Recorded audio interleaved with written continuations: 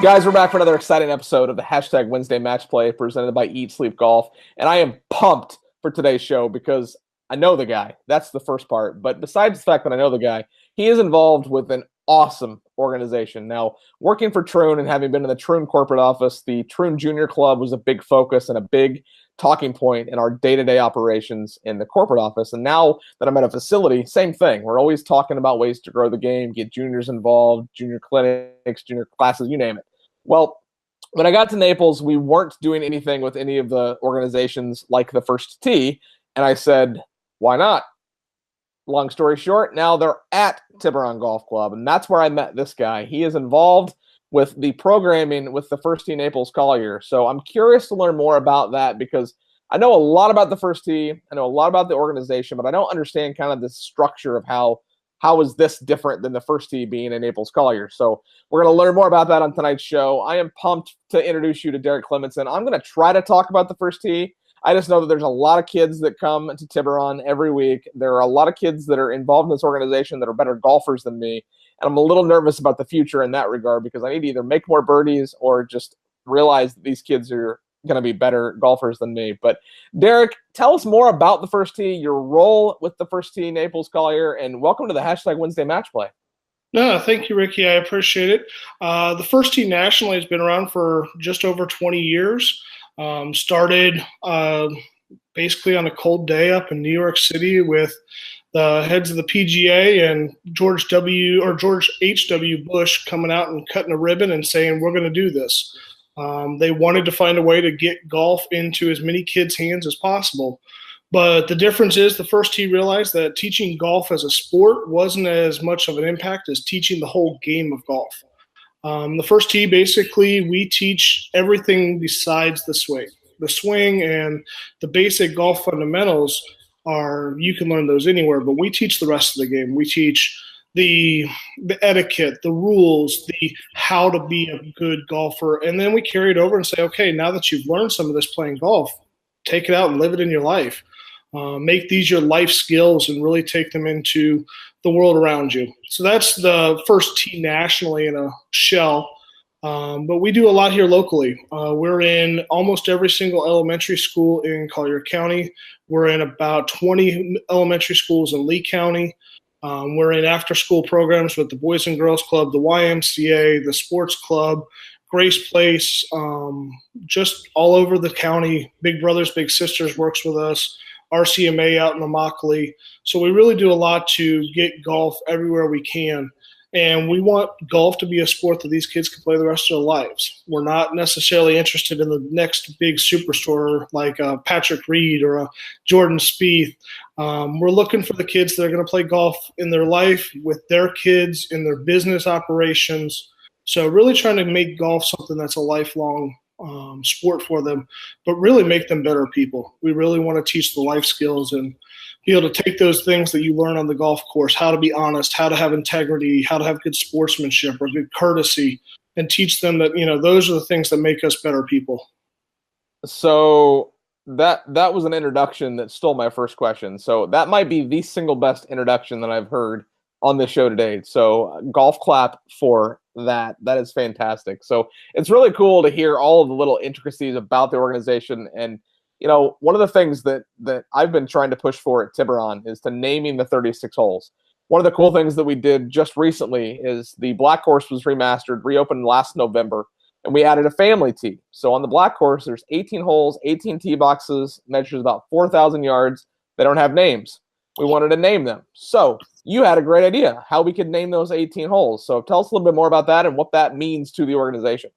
Absolutely. When you were talking about naming the holes, and wanting to come up with something a little bit different, my idea was pretty simple. The First Tee has what we call our core values. There are 9 core values that we really push in a lot of our programming, and it's the fundamentals of what we do, who we are.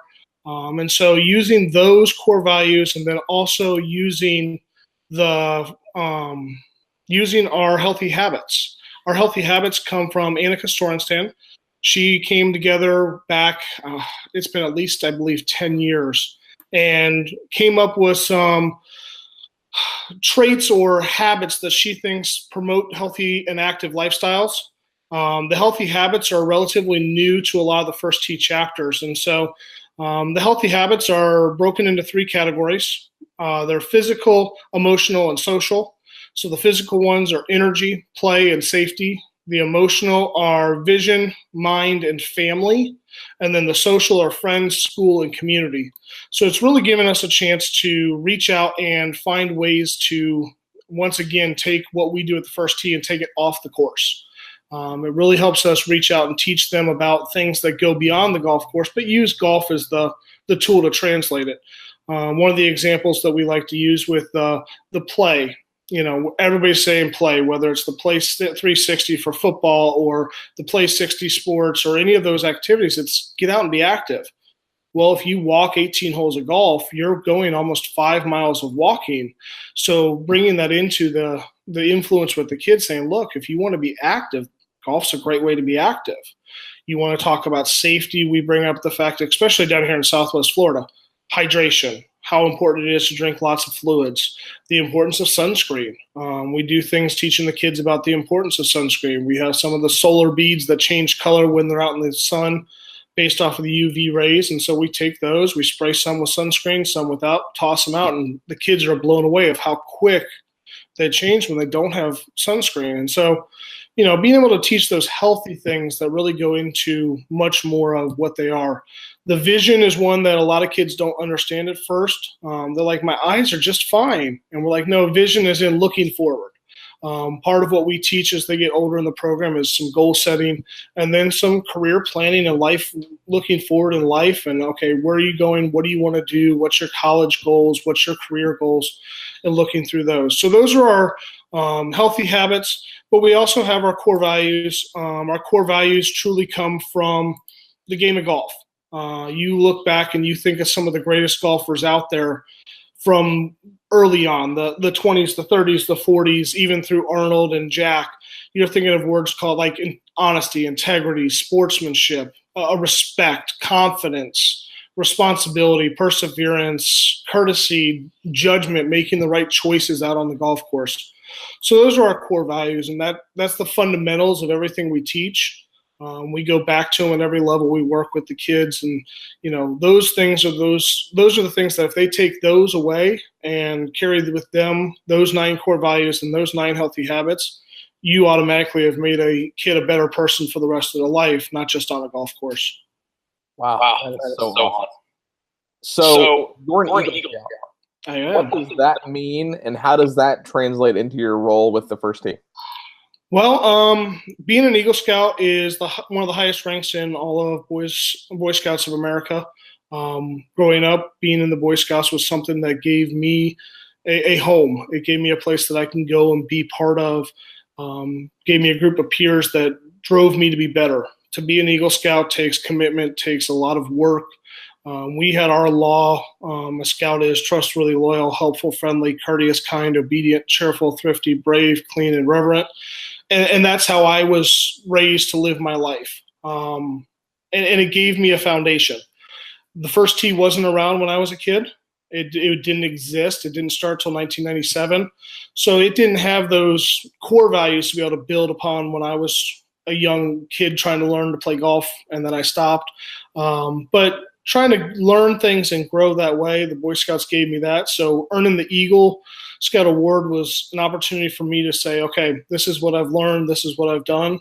And the big capstone project at the end is you have to go out and do a community service project from start to finish. As a 16-year-old, 17-year-old young man, you have to contact somebody, plan it, organize it, get volunteers, get materials, complete the project, turn everything in, submit all of your reports. So it gave me a chance to learn and grow and become a better person that way. Where I am now, I look back at the Boy Scouts and what I learned there, and I see those same values that the First Tee has, those core values, much like the Boy Scouts taught me the things that I needed to grow and to become the person I am. The core values are the same type of principle. Build your life around these, understand that responsibility, respect, integrity, those things can really build you into a person that goes far out beyond the golf course and into the real world. So having that chance to do that, and much like the Boy Scouts, the First Tee has multiple layers, different levels that the kids can compete in. The top level being the ACE level. It's composed of 3 projects, including a community service project. And right now, currently, there are just over 100 kids in all of the First Tee programs that have received the ACE certification. In the last 2 years, we've had 3 receive it from the First Tee of Naples Collier. Wow, so we're pretty proud of those kids. They put in the work, they put in the effort, and it truly shows what they are today and how the First Tee has helped build them to who they are. So what is your title, the First Tee, and just kind of an overview of your day-to-day operations? Like, I mean, I see you at Tiburón, obviously running some clinics. There's other volunteers that are there. So what's just the elevator pitch of what's your title and the elevator pitch of what you do? My official title, right? I mean, it's just, Yeah, my title is Director of Programs. I run all of the programming for the First Tee of Naples Collier. So anything that deals with our life skills program, our outreach program, our in the schools program, that's all things that I put together and run. So I'm in charge of organizing those, getting the volunteers, getting the courses.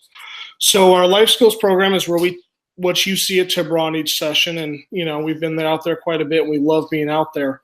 But that's one program. We run typically somewhere between 10 and 11 programs each session. We have a winter session from January to mid-March, a spring that is April and May, a summer camp. We run 6 weeks of summer camp during the summer, and then we have a fall session that starts in October and goes through the first part of December. So for each of those, I have to go in and organize courses that will donate their time to us to allow us up on our facilities, whether it's on the practice areas or out on the course, secure coaches and volunteers, and then open up the registration process and get all of those classes full. This spring we had 12 classes, or this winter session, I apologize, this winter session starting in January, we had 12 classes. Monday through Friday, we served somewhere between 180 and 200 kids in those classes. That sounds like you stay busy. It's pretty much what it boils down to. It's nonstop, but it's a blast. Most of my days are spent either talking to golf courses or being at the golf course, teaching lessons, teaching the programs. I don't get to spend a whole lot of time playing on the courses, but most of it's working with kids. We're going to talk about that here in a little bit, by the way, your lack of play. I do what I can. I'm really good at hitting chip shots with the kids and some trick putts, but that's about the most practice I get. So the National School Program, it's a big First Tee initiative. Talk a little bit more about that and what it is and what that looks like here in the Naples area. Do we do much with that in this region? Absolutely. The National School Program was a push to try to get golf into the elementary schools. And the simplest way to do that was to find a way to correlate it to state standards for the PE classes. So the First Tee developed curriculum that is aligned with all the state and national standards, including going to the Common Core standards when they were accepted or put into place. So we have curriculum and equipment available for schools to be able to teach golf. And the best part from our point of view is, yes, we get golf clubs into the kids' hands, but the curriculum is set up to teach our core values and our healthy habits as well. So not only are we putting golf clubs in kids' hands in the schools, teaching them the fundamental swings, the pitch, the chip, the drive, the putting, but we're also teaching them about responsibility, respect, energy, safety, play, all those concepts that we teach in our life skills programs. We wanted to put into as many hands as possible in Collier County. In the 10 years that we have been a First Tee of Naples Collier, we have worked with all but one of the elementary schools in Collier County and been able to get them curriculum and equipment at some point in time. We're still working with the last one and trying to get everything coordinated with them. But yeah, we've been all over. We're actually working with a lot of the charter schools now and some of the private schools. And about 2 years ago, we started going up to Lee County as well, trying to get them everywhere we can. That's really cool. I mean, and Lee County is just north of Collier County, right? So, I mean, you stay busy in Collier County, but I mean, would you have to expand your staff if you moved more into Lee County? Like, how would that look for the organization? I mean, would you have to increase your staffing?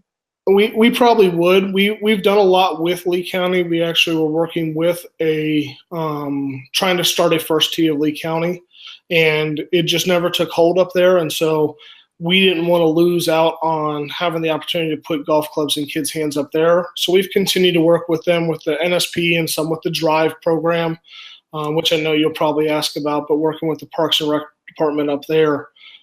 So, our biggest focus is to get as many kids into golf and get them exposed to our life skills programming as we can.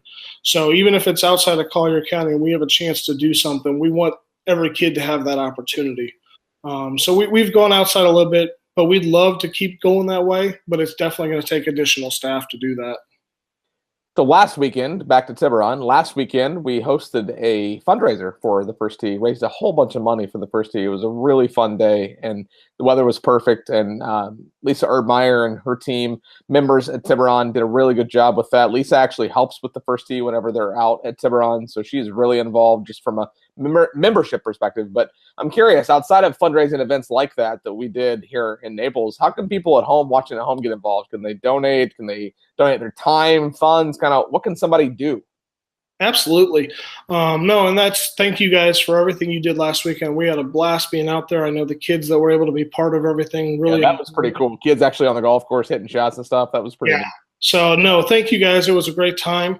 And Lisa is truly amazing. She's a great example of what people can do.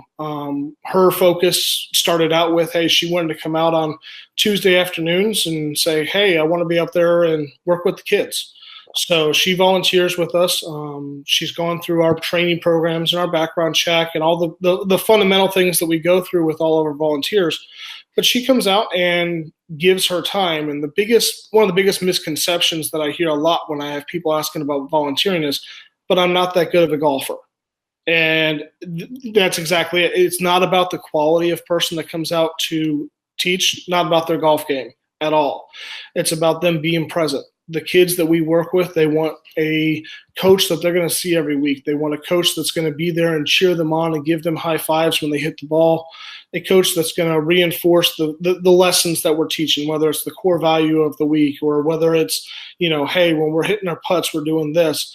It's not about being a, PGA pro that's certified to teach anybody and everybody. It's about coming out and just wanting to be there with the kids. Almost all of our coaches and volunteers are truly that. They're just people that have a love of the game and love to work with kids. So that's always our biggest area of need is we're looking for people that want to come out and work with kids that, have a heart and have some patience. They're as young as 7. But these kids, they want to learn to play golf. They want to be out there and they want to hit the golf ball. And a lot of times all they want is a high five after they do. And so it's really fun, with fast paced. We have 90-minute programs, 1 day a week, and, a lot of fun. Other ways people can be involved, we're always looking for clubs. Traditionally younger kids, so those junior sets, but we're also looking for women's clubs. We have a lot of girls joining our programs and advancing through our programs. And so we really like to be able to provide our kids with the opportunity to come out and play and to take a bag home with them. We really try to reach out and say, look, it doesn't matter how much money a kid has or what their family's income is. If they want to play golf, we want to make sure it's affordable for them. We want to make sure that we have all the equipment they could ever need and make it so that they can go play golf whenever they want. So it's really kind of fun to be able to see a kid get a bag of golf clubs for the first time and realize that, hey, I get to take these home and, I have to be responsible and clean these and take care of them. Their attitude towards the game of golf changes when they can actually have some clubs of their own. So we're always looking for women's clubs and left-handed sets. Left-handed golf clubs are hard to come by. So that's the other specific set of clubs we're always looking for. So not long ago, you weren't there, unfortunately, but I had the opportunity to play 18 holes from the family tees on the newly remastered black course at Tiburón. 4,000-yard tees. Erdmeyer was there. We had a non-member from Twin Eagles, a club here in Naples, join us. We had a 10-year-old from the First Tee join us. The kid hits the ball a long way, but what impressed me the most about him is he was so proper. He took his hat off when he shook my hand on the 18th hole. He wore pants. He had his button to the top. By the way, that impressed me more than anything because the Top Button Club is a very exclusive club, and he's a 10-year-old that's already entered the top button club. So tip of the cap to Nick, and his parents were coming out that day. That was a really fun afternoon, and you missed it, but I shot 69. I'm just saying, I had 6 birdies. It helps that I was hitting a 56-degree wedge into par 5s, but hey, still got to make the putts. When you're playing from 4,000 yards for the 18 holes, you do what you can. Absolutely. So you have a lot of industry partners. The First Tee works with a lot of big brands, obviously the PGA Tour being one of them. Talk about some of the big brands that the First Tee works with, and are you working with any local brands here in Naples? We do. We work with some local groups. Arthrex is a really big supporter and has been since we started. They buy into what we do. They see that when we're out there working with kids, it's more than golf, and have since we've started. And they've been a huge support for the First Tee of Naples Collier since our founding in 2007. And so, we couldn't do anything that we do today without their support, and we're always thankful for their help and generosity. We do a lot with the PGA's Tour Superstore. We hold programs there during the summer. We hold programs during the school year there as well for different makeup classes or rainy day classes. We also work with our older kids and take them there so they can see that, the industry of golf goes beyond the person that's hitting the golf ball on the course occasionally. So we really work on saying, hey, come out and see what the jobs of golf is all about. Maybe you won't be the greatest player ever, but you can still work in the golf industry.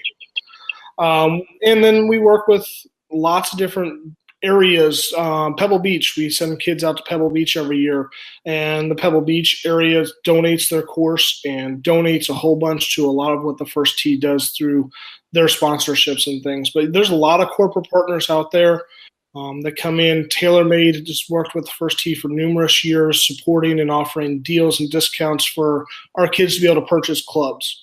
Like I said, we're really trying to make sure that everybody has access to clubs. And so they came to us and said, look, if you have kids that want to purchase clubs, we'll set you up to be a wholesale dealer and be able to sell clubs to the kids and really work it through. So the kids always have the access to top clubs, good equipment at a price that most of them can afford that way.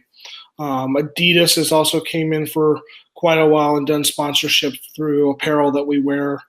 So we do have sponsors that way. Locally, we do a lot through private, though. We're not in as many big corporate things. A lot of our support comes from individuals, very generous people that they see the impact, and that's how we stay funded.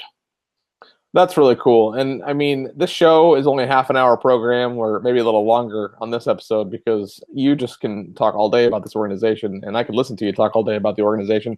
And it's cool because we've got a personal connection both with Tiburón and myself, and I don't do anything personally. I'm not out there like helping, but it's always cool to see, getting to know some of the kids. One of the kids that's out there on Tuesday's dad is a gentleman who runs a local foodie organization, and it's fun to see it, and it's fun to see the growth of the game happening literally right in front of our eyes. And Mrs. Erdmeyer, her involvement, I mean, a member getting excited about it, going out there and donating her time to help. So it's really cool to see, and it's cool to know somebody that's high up with the company and it's been around with the company for a long time. And watching you progress with what all the way from being a Boy Scout to being an Eagle Scout to now running the programming for the First Tee of Naples, like that's pretty neat. So the first 9 questions of your hashtag Wednesday match play was all about business.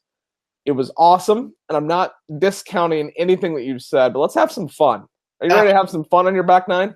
Absolutely. Now the hard stuff's out of the way. Here we go. We have the Shark Experience, and if you haven't experienced this yet, we're the first facility in the country to have the Shark Experience in our entire fleet of carts. Awesome. You get 2 Bose speakers. You get a giant GPS, live music streaming from Slacker. You get live sports scores, you name it. Do you listen to music on the golf course? I do. Ooh, good answer. Now, what do you listen to? Like, if you're listening to like country, I could get behind country though, I guess. So hey, it depends on how I'm playing. Okay. It depends on who I'm playing with.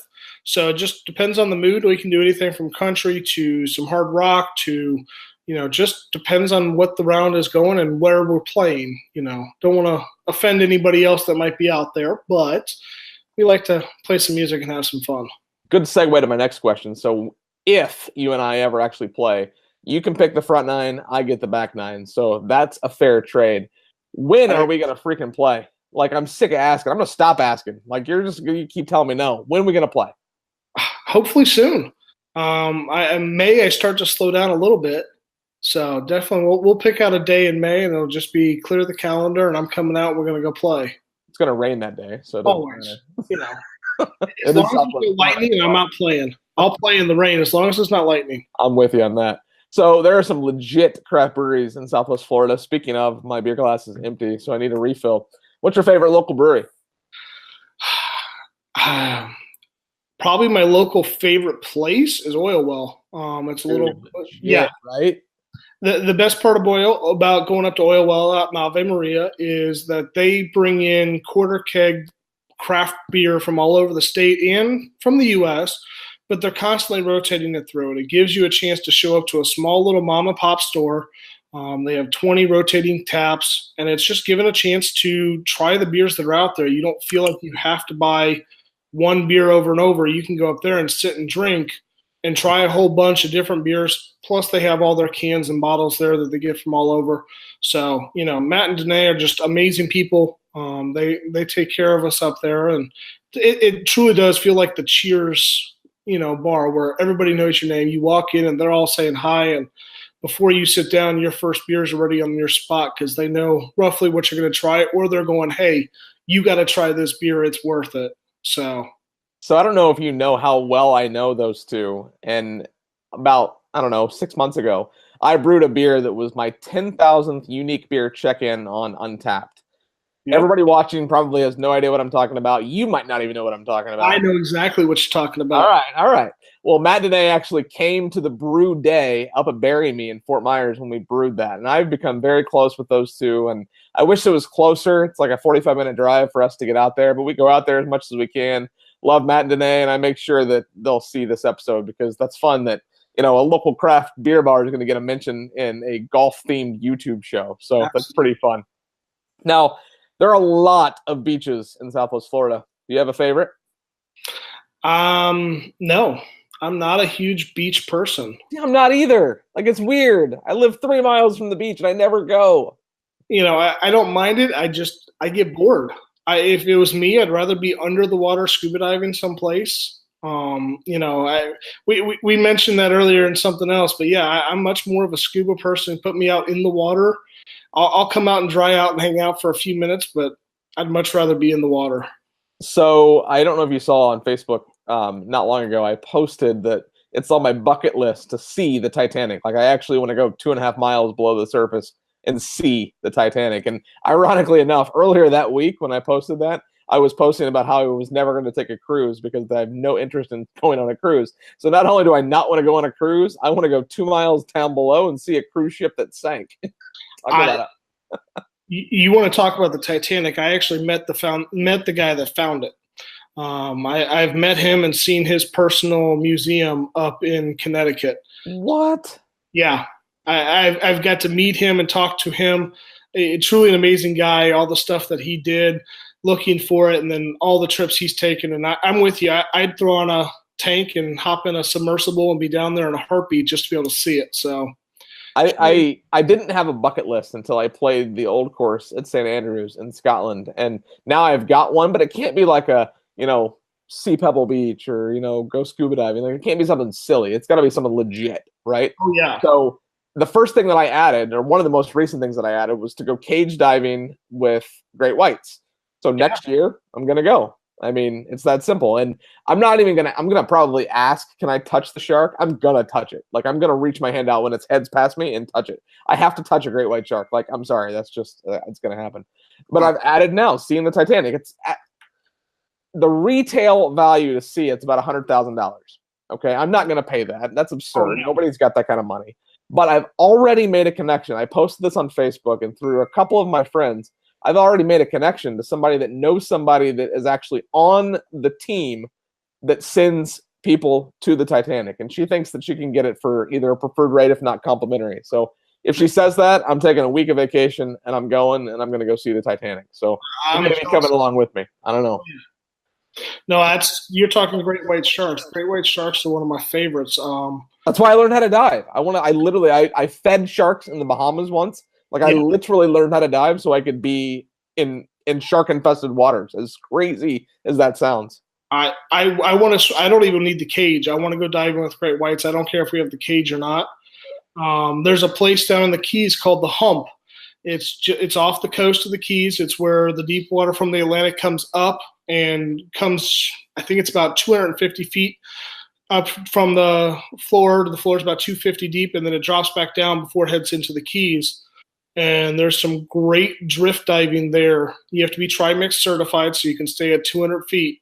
But they see great whites, massive hammerheads, pretty much any large predator you could picture, they see on a regular basis. You go down with either a bang stick or a spear gun, and they usually put 3 or 4 people, tether them together so their backs are together so no animals can sneak up behind anybody. You just go down and drift for about an hour at 200 feet. That sounds so awesome. I almost got Trimix certified that week as soon as I found out about it. I'm not Trimix. I'm only SDI, but that sounds legit. Good. Oh, it's so cool. So everyone watching knows that I'm Tiger's biggest fan. He's up there. He's all around me. He's in here. He's in my heart. So I know that your answer's probably not Tiger, but who's your favorite PGA Tour player? It is not Tiger, and I'll go beyond that because I've shared with you I have a huge respect for Tiger. I think he is extremely good for the game. He has driven the game to a new level. You look back at the Arnold or the Jack and what they did for the game as far as getting kids and adults even interested in the game. Tiger did the same. Growing up in the 90s, everybody knew who he was. Everybody wanted to be Tiger. So I believe he has a huge impact in the game, and I have the utmost respect for him. He is not my favorite, but I do love watching him. Probably simply put, my favorite is Jordan, but it has less to do with what he does on the course as what he does off the course. Me being with the First Tee, I see the importance of the rest of the game. And so watching how he was raised and how he treats his younger sister and how he will stand up and be the first one to cheer for his brother when he's playing basketball someplace, that's the reason that I think he's one of the greatest players out there. Less to do with on the course, more to do off the course. If we can teach kids that it doesn't matter what your natural ability is, if you can be a good person and do all the rest of it, that's what's going to make you successful in life. All right. Good answer. I'll allow it. So I love the French. Bartulia right across the street's awesome. There's a lot of good restaurants in Southwest Florida. There's a couple that I haven't even been to. What's your favorite restaurant in Naples? Oh, so many choices. Probably the Dock is one of my favorites. And one of the reasons is I've been going there since I was younger than a year old. My grandparents lived down here, and whenever we came to Florida, we had to go to the Dock for brunch one day. And so, less to do with maybe the restaurant, but more to do with the memories that go with it. It's a place that when I go in there, I remember coming down and being with my grandparents, and, we got to go there, and being able to share that with other people and share the restaurant, truly something special about it. So all-time favorite restaurant is the Dock, but there are so many good local places in town. It's hard to make a choice. A lot of good golf movies out there. What's your favorite? And if you say The Legend of Bagger Vance, you're lying. No, I don't even know if I've watched that one. Oh my God, it's actually pretty good. Go watch it. It's on my DVR. I just haven't watched it. Came out in like 97, by the way. No, I don't even know. There's too many out there to really pick one. One that's cheesy and was newly watched for me was 7 Days in Utopia.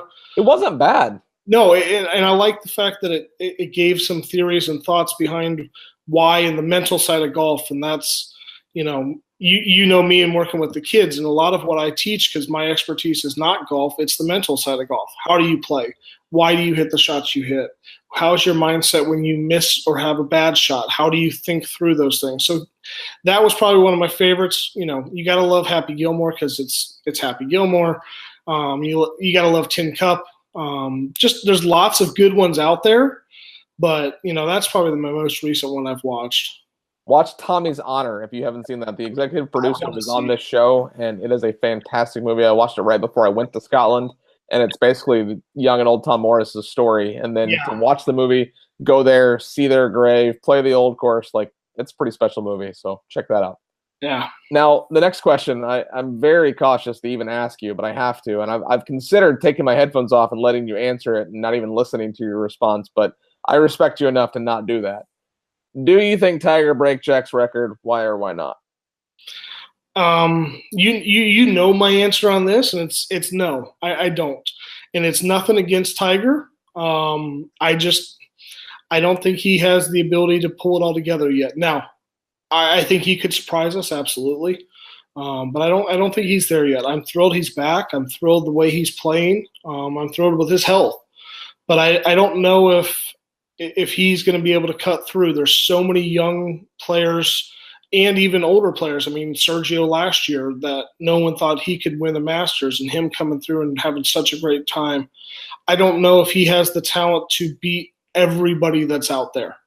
I do think he'll be competitive for quite a while. I think he'll play for a long time. He'll win again. I just don't know if it'll be a major. I think he will win some of the Champions Tour majors, which me and you don't agree on. I know. But I think that's where he will have more success up there once he's realized that, hey, I'm going to go and have some fun up there. But I think he'll play in all the majors for as long as he can. I think he'll be competitive for a long time. He may even have the lead at one point. I don't know if he'll be able to pull out 4 good rounds anywhere and battle off not just one young superstar, but so many. Yeah, Champions Tour, great. We should have like an all-out brawl, like just you and me, have like this public display where we just argue back and forth about that, because you heard it here first. Tiger will never swing a club on the Champions Tour. And you know what you owe me if he does. A beer. Yep. At Oil Well. There, I'll raise that. At Oil Well. I'll drive all the way out there and buy you a beer at Oil Well. I like it. Thank you so much for coming on the show. This has been so awesome. I know all this stuff about the First Tee, but you've taught me a ton tonight, and it's just really neat to hear more about your involvement. I had no idea until tonight that you were even a Boy Scout, let alone an Eagle Scout, so that's really, really cool to know, and that has to tie into your success that you've had with the First Tee. But before I let you go, we got one more question. What's next for you in the First Tee? We're finishing up our spring session. We're heading into the summer. We have 6 great weeks of summer camp coming up. One of our biggest things we're pushing this year is we are going to bring STEM, science, technology, engineering, and mathematics to the First Tee. So we're going to start teaching the science and everything behind the game of golf, and really get into hows and whys, and try to find a new way to get some kids interested in golf, but also get some kids interested in the STEM that are interested in golf. So the game of golf is pure science and math, with the heart and the mind part of it all holding it together. But the science is so strong in it that's something we're going to push. And, I'm looking forward to it. I have a master's degree in teaching secondary science education, and so I love to teach science. So we're going to have some fun this summer and moving forward. And you and I are going to play golf. That bucket list right there. You want to put something on my bucket list? It's playing 18 holes of golf, listening to whatever music you want to listen to. It might happen after you see the Titanic, but we'll get there. Hey, and I might see the Titanic sooner than you think. So it was funny because I posted that on Facebook too, and somebody, like more than one person, was like, "Hey, that's on Netflix right now, or you can buy the DVD for $3.99." And I'm like, "Ha, you're not." Thanks. I actually want to see the ship. Derek, thank you so much for coming on the show, man. This is awesome. This video is going to live indefinitely on YouTube. Everybody at home watching, either if you've been involved with the First Tee or if not, I'd love to hear your comments on this episode and the First Tee. So leave your comments down below. If you don't subscribe to this channel, please do. That'll give you an opportunity to get notifications every time we launch a new episode of this show every Wednesday morning at 10 a.m. Eastern Standard Time. This show will also be translated into a podcast. It'll be on iTunes and Google Play in audio form. Subscribe there. So if you're driving, you can't watch, you can listen. It's an awesome program. We got a lot of great guests coming up. Derek, thank you so much for coming on the show. I'll see you next Tuesday at Tiburón. And as always, on the hashtag Wednesday Match Plays, you have to remember to eat, sleep, golf.